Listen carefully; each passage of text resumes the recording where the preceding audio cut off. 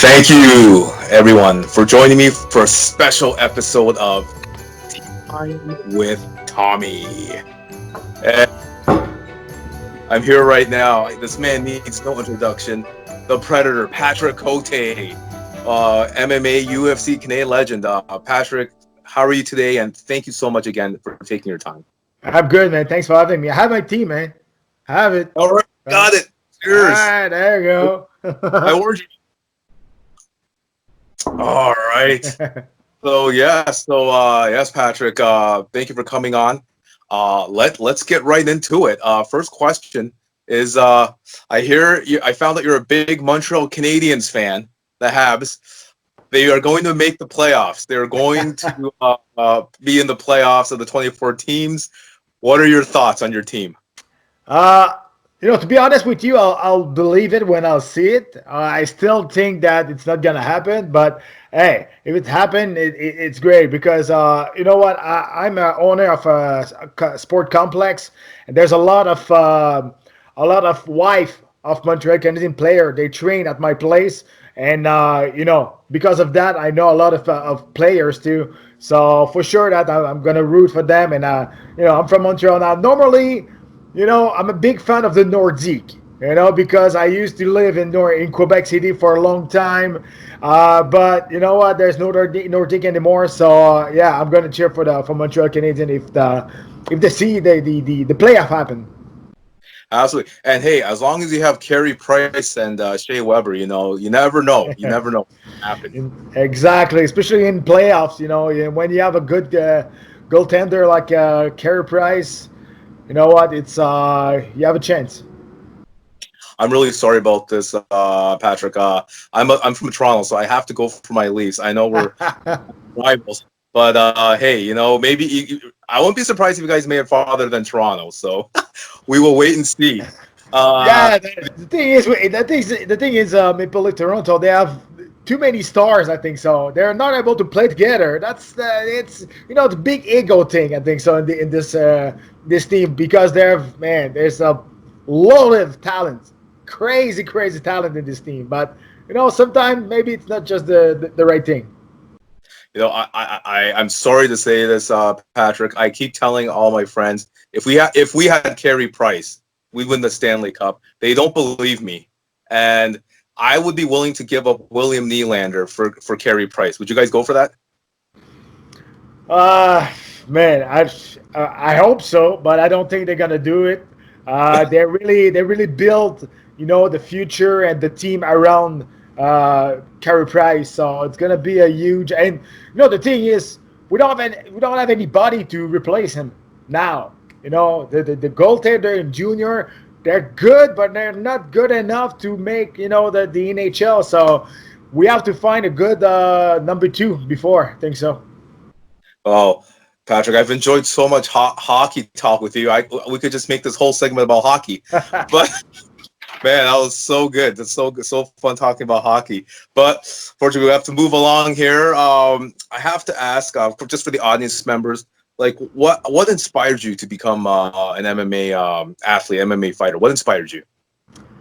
Uh, Man, to be honest, I have no idea because when I was young, I wanted to be a professional golfer. I used to train, I used to play golf on a very high level. I used to play on the junior Canadian circuit, so I was pretty good. And when I joined the army, I started to do boxing. I started to do jiu-jitsu and all. I tried to mix all the things together, and I felt in love with the sport. And when I start that was just like the rush of the adrenaline rush when you go in the cage or in the ring. And yeah, because in my time when I start, that was in the ring, so it's a long time ago. So yeah, but I think that's there's no comparison about feeling of walking through a ring or a cage and fighting in front of 20,000 people. It's just amazing when you taste that once. It's like you're getting an addict. So that's the thing. Wow, wow, no, it's a beautiful story. There's golf. Wow, I actually was in the same boat. My dad wanted me to become a golf player, and I wasn't as good as you. You're not even close. So those things were on. But no, that's like I have to ask. So your debut was against Tito Ortiz. Like, how was that feeling? Like that was your UFC debut. I think you can't have bigger than that. First fight in the UFC, and especially at that time in 2004, I was nobody, and especially Canadian fighters. A lot of people were laughing at us because nobody took us, on seriously about this fight and about this sport.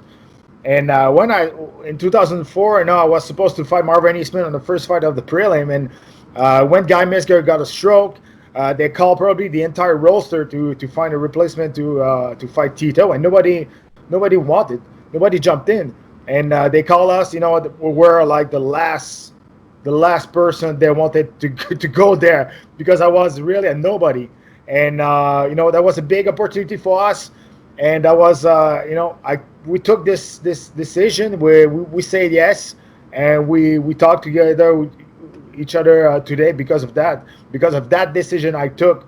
October 22nd in 2004. This is the decision who changed my life completely, and that's why I have the kind of life I have today because of one day, because of one decision we took, and it's that decision that we said, all right, we're gonna go fight a guy who were on my screensaver at that time. So that's the thing.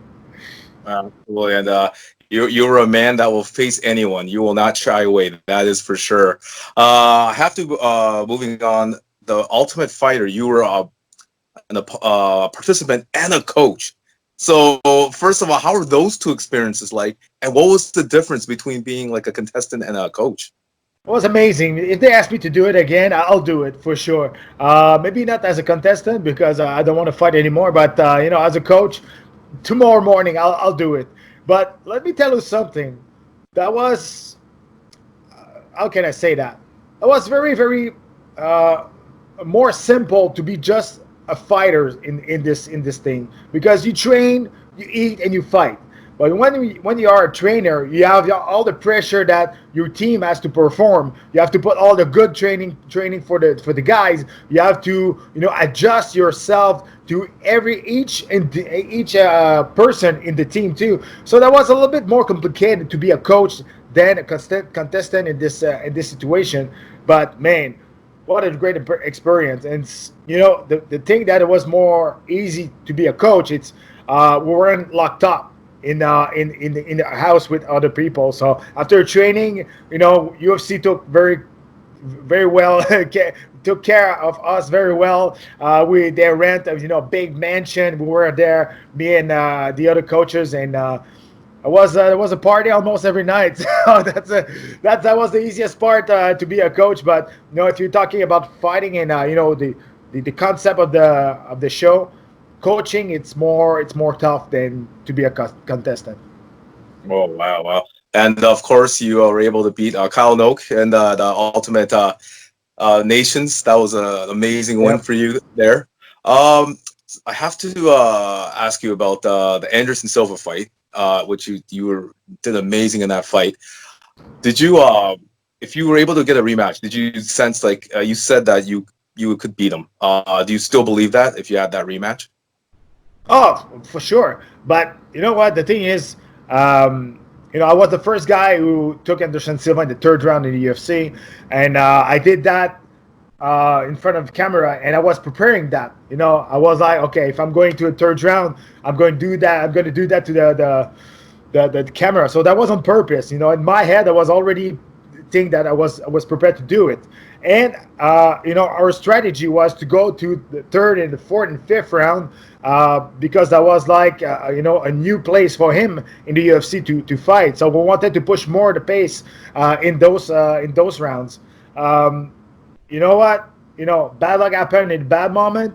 I'm not saying that I was winning the fight, but I wasn't not losing that fight too. That was a close fight. I think, yeah, he won the first two rounds, but I was still there, and I'm a puncher, so I have a chance to clip you until the last second of the fifth round. So yeah, in my head, we went there, and we were very very confident about being able to beat him.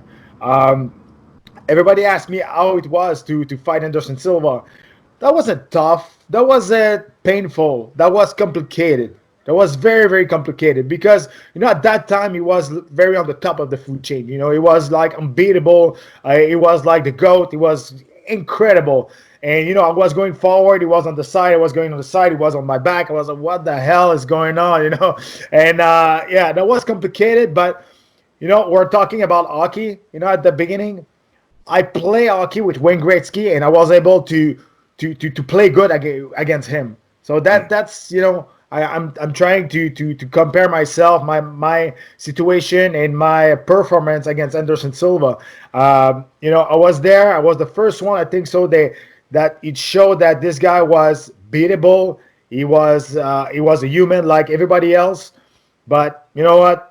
Yeah, I got hurt and I got injured.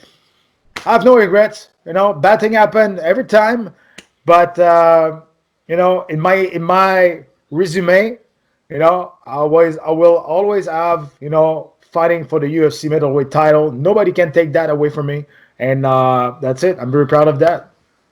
And absolutely, and if it helps, Patrick, I believe you would have beat him in the rematch.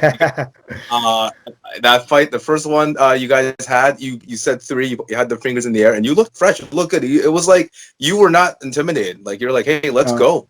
So, yeah, you're right, because we saw that by watching videos of Henderson Silva before the fight for the preparation, we saw that everybody who fought Henderson Silva before, they were already losing the fight before the first round. Everybody was so intimidated. Everybody was scared, and we're like, man, seriously, I'm going there. If he knocked me out, I will not remember it anyway. So I don't care. I will go there. I will show him that I'm not scared of him. I will show him that I'm very confident about my skills, about my game, and I will take the center of the octagon and I will go after him. And the strategy was not just to run after him because he's an incredible counterpuncher. So we were staying in the pocket and just staying a little bit on the outside of his range and going in and out. So that's why he was a little bit, not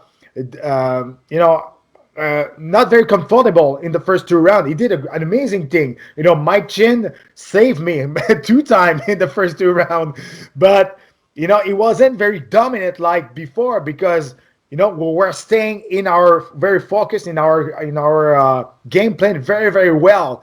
And that's why I went to the 3rd round, and that's why in the first 2 rounds that was close. I think that was especially the 2nd round was very, very close. But hey, that was that's why I said that was the first fight that everybody saw that okay, this guy can be beat. So that's it. Hey, no, great job. You're always a warrior in there, Patrick. So yeah, like kudos to bring a great fight to Anderson Silva and all your fights. I have to ask you about the current state of the. I don't know if you've been watching lately, UFC, regards to COVID-19. Dana White saying there's a Fight Island coming on. Do you have any thoughts of the current state of the MMA right now? But actually, yeah, I'm watching the UFC because I'm commentating the fight in French since 12 years. I'm like the French Joe Rogan, so I'm doing every fight, every show. I'm commentating the fight since 12 years now. So yeah, I'm very. I know what's going on right now in the UFC. The Fight Island is supposed to be in Abu Dhabi, somewhere in Abu Dhabi. You know what? Every time we think that we reach, the something that we can go farther than with the UFC, they always put something else. They always put like a crazy idea. And yes, this idea of fighting England, it's not a new idea. Actually, it's 10 years ago, Dana White was talking about that. Was talking about the thing like Mortal Kombat, the movie, like bringing like fighters in like a neutral place to do the UFC. But you know what, 10 years ago, it wasn't like today. There was like not like 15,000 people in the stand. This year 2020 the UFC will lose close to $100 million because of the gate, because there's no people in the stand. So it's an idea. I don't think they're gonna do a lot of event there. As soon that people will be okay to get back in the stand, they will go back in the bigger arena and bringing some crowds, and because it's thinking about money wise, it's a thing to do. But hey, crazy experience. If you have fighters, you go into the fight island. It's amazing. Seriously, I don't think that nobody will say no. I don't want to do it. For sure, you want to do it. For sure, you want to go there and be part of the history. Oh, and if you can bring me along, Patrick, that'd be great. You can bring me to a Fight Island, that'd be amazing. But no, going on about that, you have Jon Jones, Conor McGregor, and Jorge Masvidal situation. Dana White has said that, hey, if they don't want to fight, that's fine. They can retire, no worries. Should there be concern on the UFC and Dana White that so many of the top fighters are coming out and saying they won't fight if they don't get paid? Listen, I think it's a negotiation thing. I don't think that Conor McGregor is retired. I don't think Henry Udo is retired too. I think it's just something that to put pressure on the UFC. And I'm still employed by the UFC, and I can't say the fighters are not right to do that. The share of the company about all the money they do. If they want to compare them to other sport that exactly what they're trying to do, like the NHL, MLB, or NFL, the share of the profit, it's so higher than the UFC.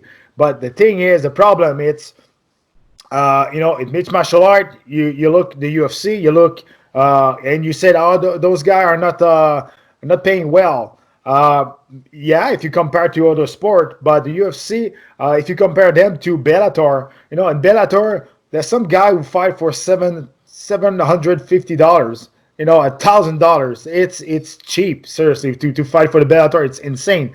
So yes, it's fighters. I think they deserve more money, for sure. And the biggest problem of that, it's there's no union that protect fighters. And another problem of that, it's when you play for the NHL or MLB or some, going on strike and not working for a year doesn't matter. You have millions in your bank account. That's the thing. But everybody's gonna stay together and get on strike. In MMA, they can't do that. The guy who's fighting on the first fight of the prelim was making 10-10. He can't say that, okay, I'm going on strike for a year and trying to put pressure and try to build a union. It's never gonna happen. Never gonna happen. Because if you go on strike, you need everybody together, and it's not gonna happen. And especially, so those guys like Conor and Jon Jones, if union happen, they're gonna have to put like a percentage of their purse and put that in the save bank account for Exactly. all the fighters. Not gonna happen. Do you think Jon Jones will care about the guy who's fighting the first fight of the prelim? He don't care. So I think it's everybody's working for themselves, and that's okay. But at the same time, nobody forced you to sign the contract. So you sign the contract. After that, you complain. You better complain before. If you sign the contract, you sign the contract. It is what it is. But I'm kind of mixed feeling because I understand the company, that I understand, like, the thing about the contract. If you sign the contract, hey man, you signed the contract. Whatever. What do you want me to do? But I've been on the side of the fighters too, and I know that they deserve more money, not just because of the money, just because of the profit the UFC is making it, and it's not they're not shared equally like other sports. That's well put, Patrick. That is a different insight, um, a well-induced insight into what the other side. Because yeah, all you hear is about is people saying, "Oh, Dana should pay them," but they don't know what's going on. And you've given us a definite insight into what really is going on. So, And let me tell you something. Dana White, he's a guy who is in front, is talking. You know, he's not. He doesn't have the wallet of the UFC. That's not him. There's WMG and IMG in his back, and he's there to promote. He's a promoter. That's not him who's taking money in his pocket and pay fires. So for sure, he's gonna take all the blame. But I'm not trying to defend Dana White. This is he was my boss for a long time, and I'm not close to him. But I just want people to understand what the situation is really about. Yeah, that's not him. It's people, in the back, and the real owner of the UFC who's grabbing the money, is giving money to everybody. And you have to understand another thing too, that the UFC is not the sport. Mixed martial art is the sport. The UFC is a company. Is a company to put show. It's a company to make money. That's what it's about, all about the UFC. So sometimes people are very they are. It's hard to understand that to split that apart. The sport and the company. There's some guy who's coming to the gym and say, "Hey, I want to do UFC." Listen, buddy, you want to do mixed martial art. You don't want to do UFC. There's no sport UFC. So that's the thing. You have to understand that the company want to make money, and the company is the UFC. well put, Patrick. Thank you for sharing that with us. As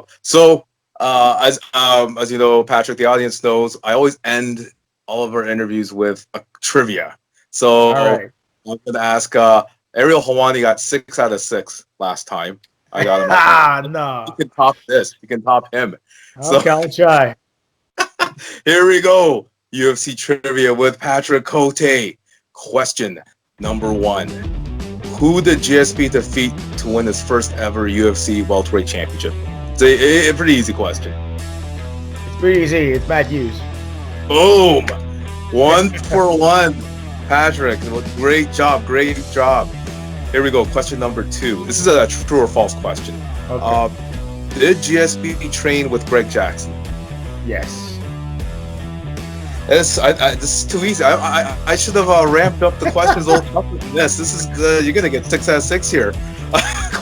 Here we go. Question number 3. What was the first ever UFC event held inside the province of Ontario? If you know the number in the main event. Ontario. That was man. It was. I'll give you a huge hint. GSP was in it. Yeah, I know. It was. I know what is it. What is it? When he fought Jake Shield. It's when he fought Jake Shield in front of 55,000 people. Just the number. That was the pay-per-view. That was UFC 149. No. I don't remember. I'll give it to you. You got the main event, so that's good enough. It's okay. 129. 129, exactly. Because I remember, there was a lot of big fight. It was Jose Aldo and Mark Hominick. Machida just knocked out Randy Couture with a crazy front kick. That was a great fight, great event. So many great fights. I'll give you that one. You got that one right. We'll go on to question number 4 here. Here we go. Oh, you definitely know this. What was the first event ever held in Canada? The first one. First one? I'm pretty sure that was UFC 83. Boom. Do you know what the main event was? Oh yeah, that was George and Matsera, the second one. 4 for 4. You know why I know this one? Because it's 12 years ago, and that was the first fight, the first event I comment. So that's why I know that. Yeah.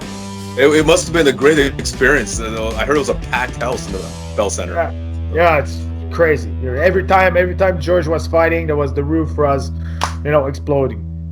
I envy you, sir. I envy you. Question number 5 here. Oh, here we go. Who did Anderson Silva defeat to win his first ever UFC middleweight championship? Rich Franklin. Boom. 5 for 5. Oh, here we go. You know, we haven't had a 6 for 6 trivia guy since Ariel here. You're the first one. If you can get this, 6 for 6. Already got 5 for 5, so you won.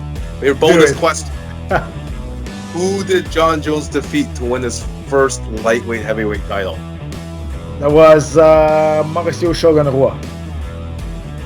Ladies and gentlemen, we have the 6 for 6 trivia winner. Great job, man. Great job. I am sorry. I hope these questions weren't too easy because you are an aficionado of the UFC and MMA, so I apologize for asking you ridiculously easy questions. Great job again. I just want to say it's been a pleasure and an honor to have you on. Thank you so much for taking your time to come on. Before we go, would you like to share your Instagram handle just so people can see what you're doing on social media? Sure, you can follow me on Pat Cote MMA on Instagram. I'm pretty active, and yeah, it's good. I'm doing a lot of videos and news, and you can follow me on that about what I'm doing now, and I'm doing a lot of things actually. So yeah, it's Pat Cote MMA. Amazing, Pat. And hold on, don't go anywhere, guys. Thank you for joining us for another great episode of Tea Time. Tea Time. All right, thank you, Pat. Thank you, guys. Take care, everyone.